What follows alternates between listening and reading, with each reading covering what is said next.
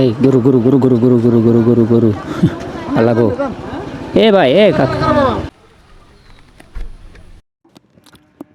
Right now আমি এখন আছি মনোহরা গরুর হাট। তো এই হচ্ছে গিয়ে গরুর হাট। আমি এখন যাচ্ছি বাসায়। তো এই শরীয়তপুর এলাকার ভিতরে এই একটা গরুর হাট। শরীয়তপুরের ভিতরে আর কোনো গরুর হাট আছে কিনা জানি না, এই একটা গরুর হাটে আমি জানি যে আছে। আর এখানে প্রতি সোমবার অ্যান্ড শুক্রবারে গরুর হাট মিলে। প্রতি সোমবার আর শুক্রবারে এই রাস্তাটা পুরো জ্যাম হয়ে যায় 10টার পর থেকে। আর এই যে এখন গরু আসা শুরু হয়েছে, এই যে পিক আপে করে গরু আসে। এই রাস্তাটা নতুন ব্রিজ হয়েছে, আর রাস্তাটা আগে থেকে অনেক সুন্দর দেখা যাইতেছে। দুই পাশে গাছপালা আছে, এই কারণে রাস্তাটা একটু সুন্দর দেখা যাইতেছে। আর কালকে বৃষ্টি হয়েছে তো, যার কারণে আরও বেশি সুন্দর লাগে। সামনে যে রাস্তাটুকু পড়বে, মানে এইখান থেকে সুবুজনী বাজার পর্যন্ত একদম বাজে অবস্থায় যে শুরু হয়ে গেছে রাস্তার ভাঙা। তো এই যে এই রাস্তাটা মানে কোনো মেরামতের কোনো খোঁজ খবর নেই। দেখেন কি ভাঙার ভাঙা, বাপরে বাপরে কি ভাঙা।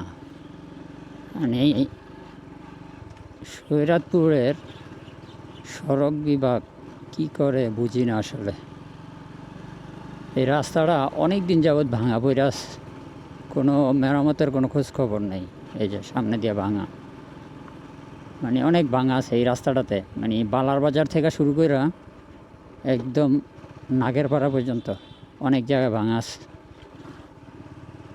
এই যে রাস্তার মাঝখানে গদ হয়ে গেছে, মনে হয়েছে যে চাঁদের দেশে আইছি। যে গদ গদ অবস্থা আছে না, ছাদের দেশে দেখা যায় যে গদ গদ অবস্থা, ওই রকম। কালকে আমি একটা নিউজ দেখলাম, 12 বছরের যুবক 22 বছরের এক যুবতীকে ধর্ষণ করছে। তো ওই পোলায় আর্জেন্টিনার একটা জার্সি গায়ে ছিল। তো ওরে আদালতে না জানে কোথায় পুলিশ ধরে নিয়ে যেতেছে, তো হাসতেছে। তো এলা চিন্তা করেন যে মানে জবানা কোথায় গেছে। হ্যাঁ, 12 বছরের যুবক 22 বছরের যুবতীকে ধর্ষণ করতেছে। মানে ওর সাথে কি শক্তিতে কুলায় না নাকি, মানে বুঝি না কিছু।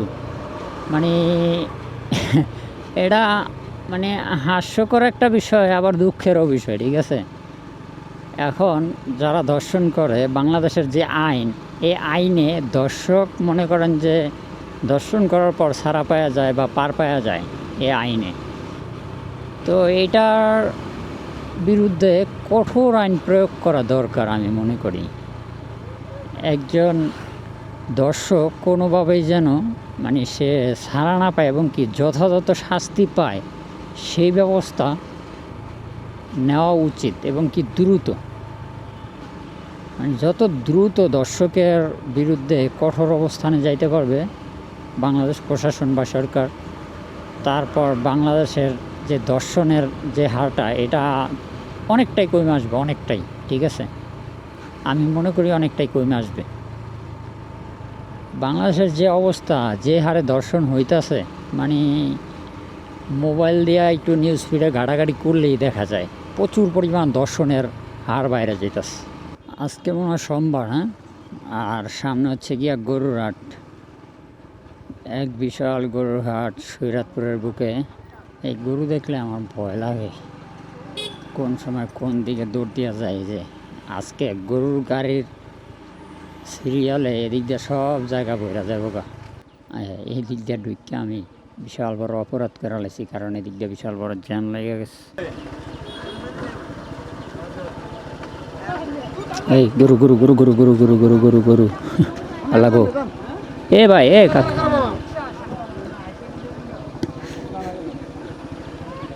কি অবস্থা দিছিল মাইরা আমারে, আল্লাহ বাঁচাইছে ভাই।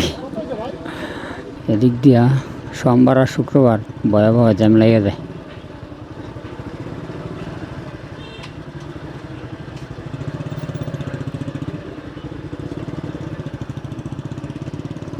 যাইতার মু বেন আইতাস।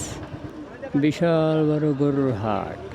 আমি সকালে দেখে গেছি 3-4টা গরু ছিল, আর এখন গরু আর গরু, সময় যত বাড়বে গরুও তত বাড়বে,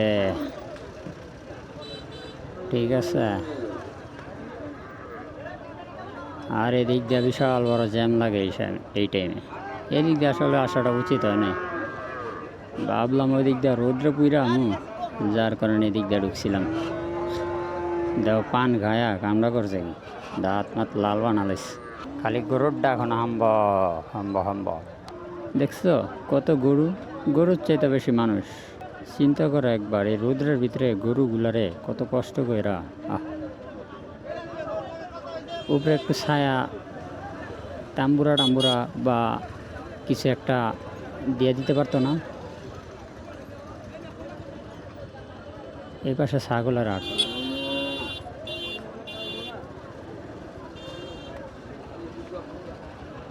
এই পাশে ছাগল, এই পাশে গরু।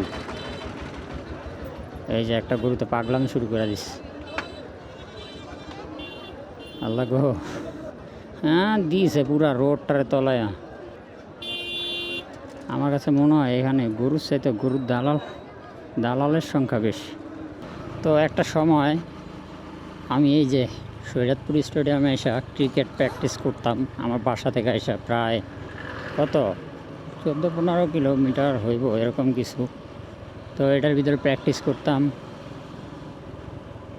তো ইচ্ছা ছিল ক্রিকেটার হওয়ার, কিন্তু সব ইচ্ছে তো আর পূরণ হয় না রে ভাই। তো ইচ্ছায় ধুলো মিশে গেছে। তো আমি আসতাম, সজল আসতো, আর হচ্ছে সালমান, এই তিনজন আইতাম সাইকেল চালায় আইতাম। আর পরে আবার প্র্যাকটিস শেষ করে আবার সাইকেল চালা যাইতাম। তো মজার বিষয় হচ্ছে যে,